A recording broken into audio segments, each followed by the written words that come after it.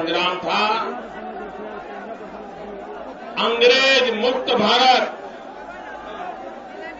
1857 का स्वातंत्र संग्राम था स्वराज्य के लिए, अंग्रेज मुक्त भारत के लिए।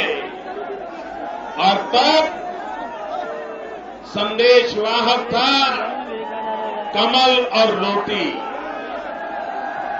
ये 2014 का संघर्ष है सुराज्य के लिए, 2014 का संघर्ष है कांग्रेस मुक्त भारत के लिए, और 2014 का संदेश है कमल और मोदी। 1857 में था कमल और रोटी, 2014 में है कमल और मोदी। हमारे सेना के जवान वन रैंक वन पेंशन, इसके लिए कितने सालों से लड़ते रहे, और हर चुनाव के पहले कांग्रेस पार्टी वादे करती रही है, नारे देती रही है। 6 बार कांग्रेस ने देश के जवानों की भावनाओं के साथ खिलवाड़ किया है, लेकिन समस्या का समाधान नहीं किया है। भाइयों बहनों, अगर 2004 में अटल बिहारी वाजपेयी की सरकार दोबारा बनी होती, तो भाइयों बहनों मैं विश्वास से कहता हूं हमारे जवानों का वन रैंक वन पेंशन का मामला कब का सुलझ गया होता और आज वो सम्मान से जिंदगी जीते हो। भाइयों बहनों, जिस धरती पर देश के प्रधानमंत्री ने जय जवान जय किसान का नारा दिया था, उसी भूमि पर पाकिस्तान आकर के जवानों के सर काट करके ले जा रहा है। भाइयों बहनों, जवानों के जीवन को असुरक्षित कर दिया है। सारी सेना, सारी फौजें डिमोरलाइज हैं, और दूसरी तरफ किसान का क्या हाल है? क्या गन्ने की खेती करने वाले किसानों को दाम मिल रहे हैं क्या? कितने समय से पैसे नहीं मिले भाई?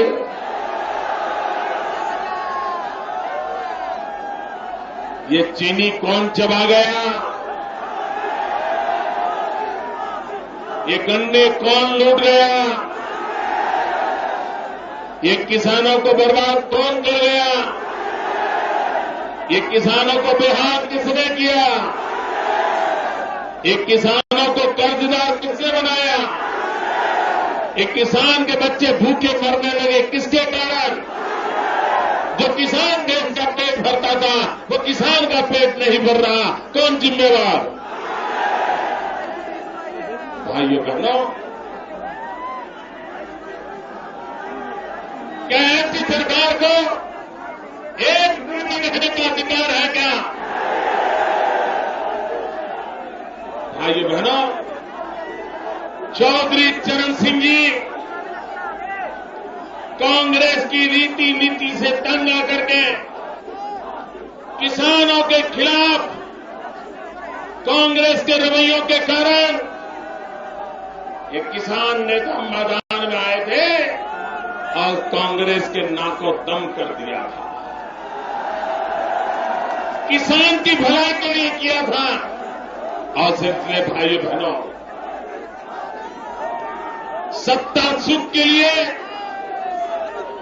जो पिता के आदर्शों को छोड़ देते हैं, सत्ता सुख के लिए पिता को परेशान करने वाली पार्टी के गोद में बैठ जाते हैं, ऐसे लोगों पे आप भरोसा करोगे? आपका भला होगा? उनको हवाई जहाज उड़ना है, उड़ने दो, जाओ वापस जाओ। बागपत को हवाई नेता नहीं चाहिए, बागपत को धरती का नेता चाहिए।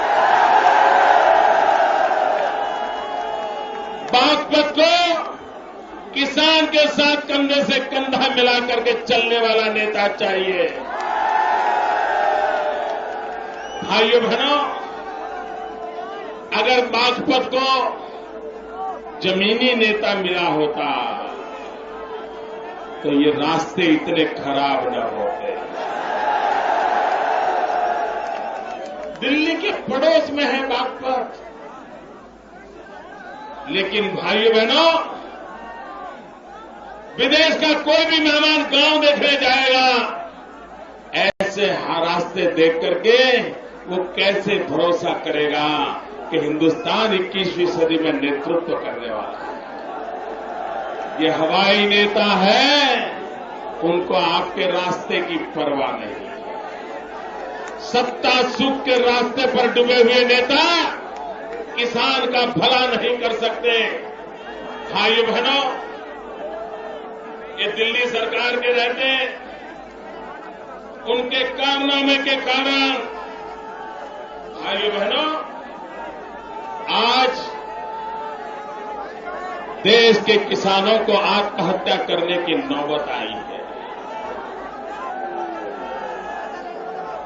युद्ध के अंदर जितने जवान मरे हैं, आतंकवादियों की गोलियों से जितने जवान शहीद हुए हैं, उससे ज्यादा मेरे देश के किसानों को आत्महत्या करनी पड़ी।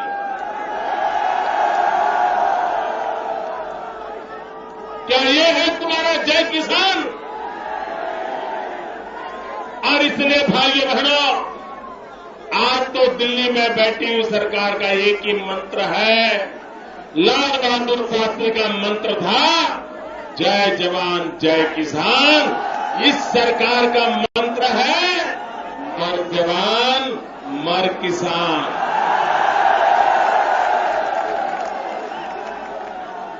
जवान मरे उनको पीड़ा नहीं, किसान मरे उनको परवाह नहीं। भाइयों बहनों, मैं गुजरात में 24 घंटे बिजली देते हैं ऐसी बात किसी को करता हूं ना, तो लोग मुझे पूछते थे कि महीने में कितने दिन। मैं कहता था यार 365 दिन देता था, तो कोई भरोसा नहीं करता क्योंकि उन्होंने कभी देखा ही नहीं। अगर गुजरात में इस प्रकार से बिजली चली जाए 2 मिनट के लिए, तो ये हमारे अखबार वाले मित्र है ना, वो पहले पेज पर बड़ा बॉक्स आइटम बनाते हैं कि मोदी बड़ी बड़ी बातें करता है, लेकिन मंगलवार को 2 मिनट के लिए बिजली चली गई थी, ऐसा खबर है। गुजरात में बिजली जाए तो बहुत बड़ी खबर बन जाती है, लेकिन उत्तर प्रदेश में बिजली आए तो बड़ी खबर बन जाती है। लोग बस में, ट्रेन में, दुकान पे बातें करते हैं, तेरे यहां आई थी? वो कहता नहीं यार, पिछले हफ्ते तो नहीं आई। तो दूसरा कहता है यार, हमारे यहां मंदिर को आई थी, 1 घंटे के लिए आई थी, फिर तो नहीं आई। उत्तर प्रदेश में बिजली आना ये खबर है। भाइयों बहनों, उत्तर प्रदेश को एक लोकतंत्र के नई ऊर्जा की जरूरत है, नई ऊर्जा की जरूरत है। उसके बिना आपकी समस्याओं का समाधान होने वाला नहीं।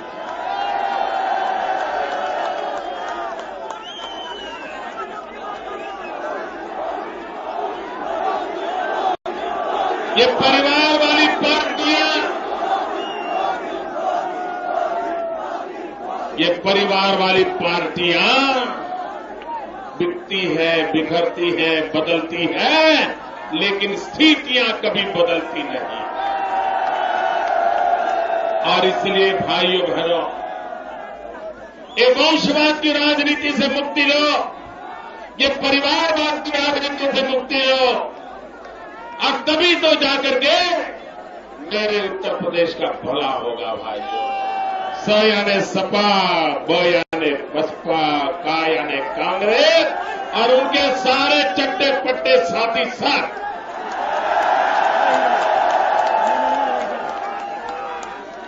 भाइयों बहनों, कोई मुझे बताए, ये हमारा मेरठ से हरिद्वार जाने का रास्ता यात्रा के लिए कितना महत्वपूर्ण रास्ता। क्या भाइयों बहनों, ये दिल्ली में बैठी हुई सरकार को कभी ये विचार आया कि हमारा मेरठ हो, बागपत हो, गाजियाबाद हो, गौतम बुद्ध नगर हो, इन्हें दिल्ली के सैटेलाइट टाउन के रूप में विकसित किया जा सकता है कि नहीं किया जा सकता?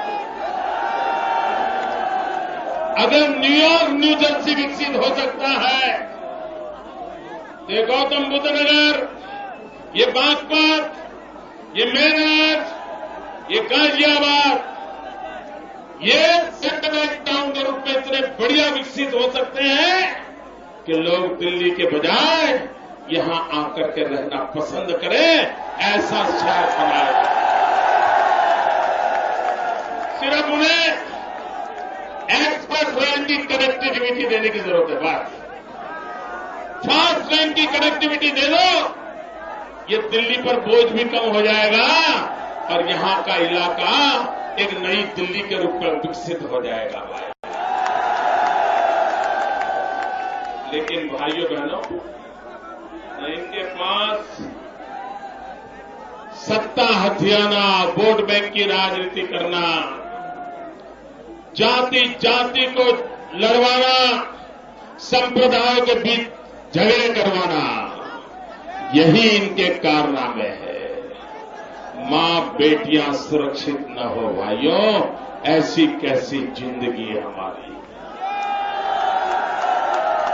इस पूरे इलाके में गौरव के साथ तो मां बेटी रास्ते पर निकल नहीं पाए और सरसरे लोग उन मां बहनों की बेइज्जती करते रहे, मां बाप भी बेचारे नीची मुंडी करके सहते रहे। ऐसी कैसी सरकार चल रही है? माताओं बहनों को सम्मान मिलना चाहिए कि नहीं मिलना चाहिए? मिलना चाहिए कि नहीं मिलना चाहिए? क्या आजादी के 4 साल के बाद आपकी वोट बैंक की राजनीति के कारण मां बहन बेटियां की बीच इज्जत लूटती चली जाए, उनको परेशानियां झेलनी पड़े? भाइयों बहनों, और इसीलिए तो मैं इस इलाके में एक मंजा हुआ पुलिस वाला ले आया हूं, ताकि बहन बेटियों की रक्षा के लिए हमें काम आए भाइयों, इसलिए इसको भेजना है आपको।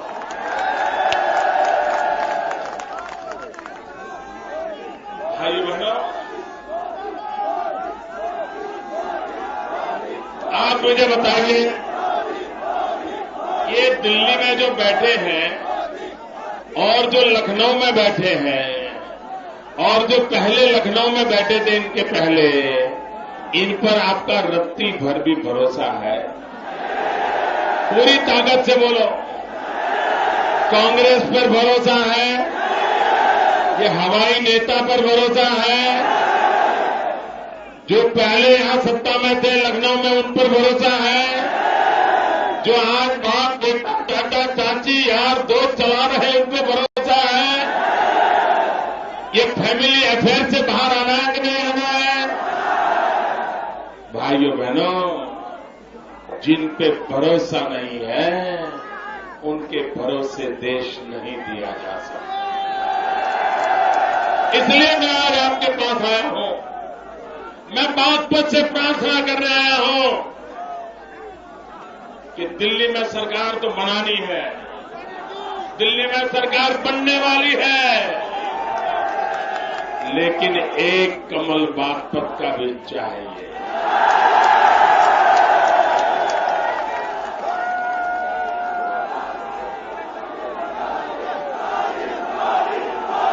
भाइयों बहनों, एक कमल बागपत का भी चाहिए मुझे। और कांग्रेस के नेता कान खोल करके सुन लो। अभी शहजादे ने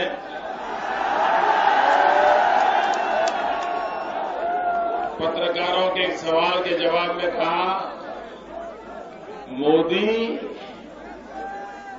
एक व्यक्ति नहीं,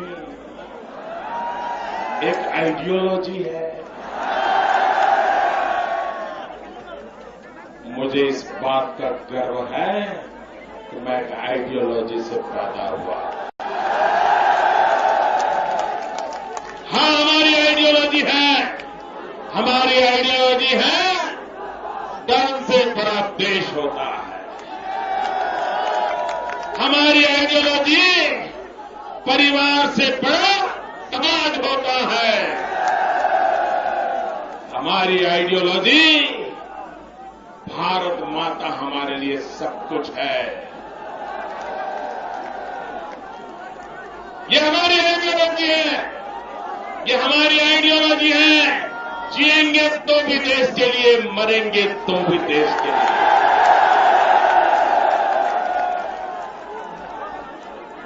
और इसलिए इस आइडियोलॉजी से मुकाबला करना आपके ताकत का विषय नहीं है। अरे आपका पूरा परिवार कभी इस आइडियोलॉजी से मुकाबला नहीं कर पाया है। ये आइडियोलॉजी त्याग और तपस्या की धरातल पर खड़ी है। लेना पाना बनना इस आइडियोलॉजी से कोसों दूर है, और इसलिए हम सर हथेली में लेकर के चलने वाले लोग। भाइयों बहनों, यहां पर भांति भांति के कारोबार चले।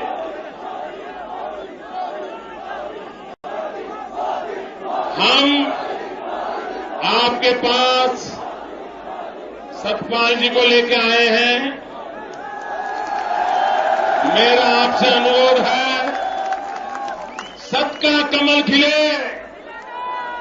अब समय की मांग है, झूठ की विदाई हो, सत का कमल खिले। बागपत क्षेत्र फुले फले, सत का कमल खिले, हमारा बागपत फले फूले।